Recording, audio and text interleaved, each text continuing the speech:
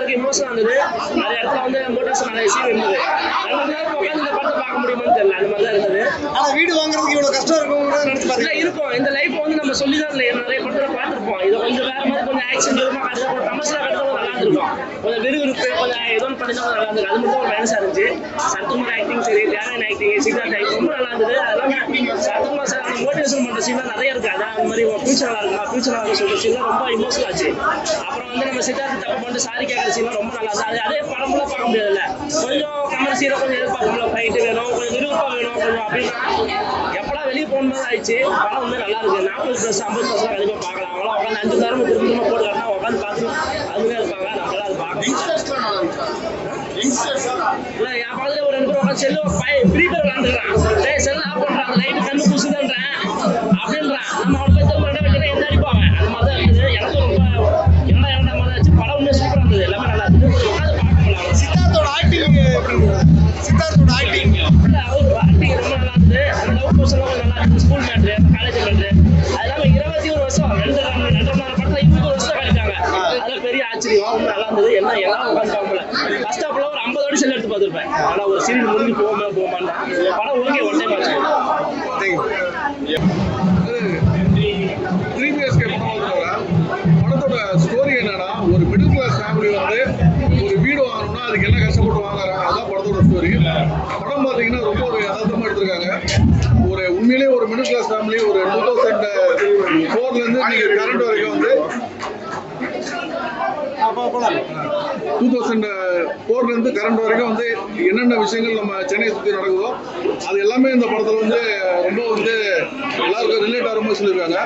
படத்தில் ஒரு மிகப்பெரிய ஒரு மைனஸ் என்ன வந்துச்சுன்னா, அது ரொம்ப யதார்த்தமாக சொல்லிட்டு நம்ம ஒரு கமர்ஷியல் படம் வரும்போது ஒரு என்டர்டெயின்மெண்ட் ஃபேக்டர் பார்ப்போம், படம் ஃபாஸ்ட்டாக போகணும், அது வந்து இல்லை, ரொம்ப யதார்த்தமாக இருக்குது.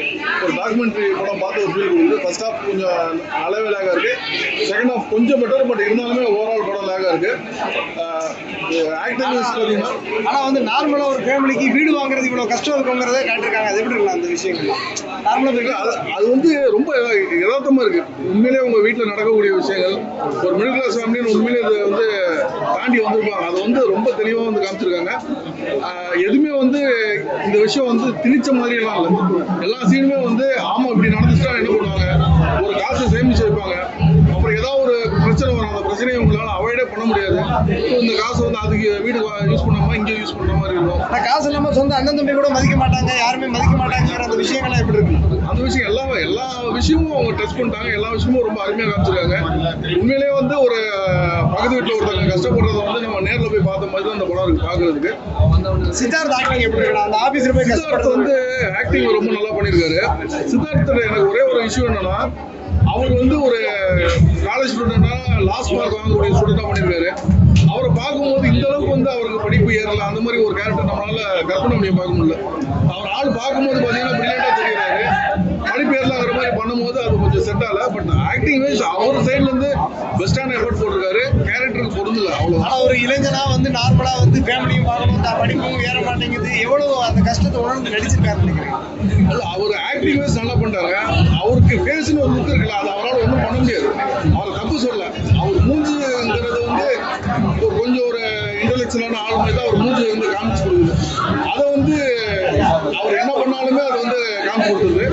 ஒரு செகண்ட் ஹாஃப்லாம் ஒரு ஐடி ஃபீல்டுக்கு போறாரு, அந்த டைம்லலாம் ஓரளவுக்கு முன்னாடி வந்து ஒரு செட் ஆகல. பட் அவரை தாண்டி எல்லா நடிகரும் இருக்காங்கல்ல, சரத்குமார், தேவயானி, அப்புறம் இன்னும் 2 பொண்ணு நடிச்சிருப்பாங்க. அவங்க எல்லாம் பார்த்தீங்கன்னா உண்மையிலே அந்த கேரக்டர் கதாபாத்திரம் அப்படி வாழ்ந்துட்டாங்க. தலைவாசல் வச்சு ஒரே ஒரு சீன் வந்து வாழ்ந்துருப்பாரு, அவரும் அப்படியே அந்த கேரக்டர் வாழ்ந்துட்டாரு. அந்த மாதிரி எல்லாருமே வந்து கேரக்டர்ஸ் வாழ்ந்துட்டாங்க. உண்மையில டேரக்டர் வந்து சூப்பரான ஆக்டர்ஸ் தேர்ந்தெடுத்திருக்காரு. எல்லாருமே அந்த லுக்கு எல்லாமே மகாவை கொடுத்துருக்காரு. கண்டிப்பாக பார்க்க வேண்டிய படம் தான். படம் வந்து லேகாக இருக்குது, ஸ்லோவாக இருக்குது, அது வந்து மனசில் வச்சுங்க. பட் கண்டிப்பாக வந்து ஒரு முறை பார்க்கக்கூடிய ஒரு படம் தான். உங்களுக்கு இந்த சீரியல்ஸ் எல்லாம் பார்த்து விருப்பப்படுறதுனால மாதிரி படம் சூஸ் பண்ணி பண்ணுறது நல்லா இருந்துச்சு. நல்லா ஒரு மிடில் கிளாஸ் ஃபேமிலியை நல்லா எக்ஸ்பிளைன் பண்ணி இது பண்ணியிருக்காங்க.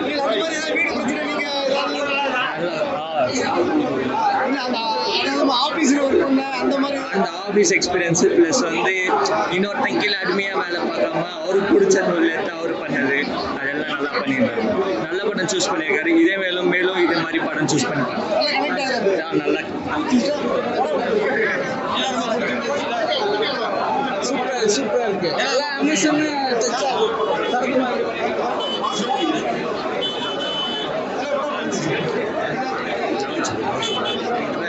கனெக்ட் ஆகுது பிரான்ச்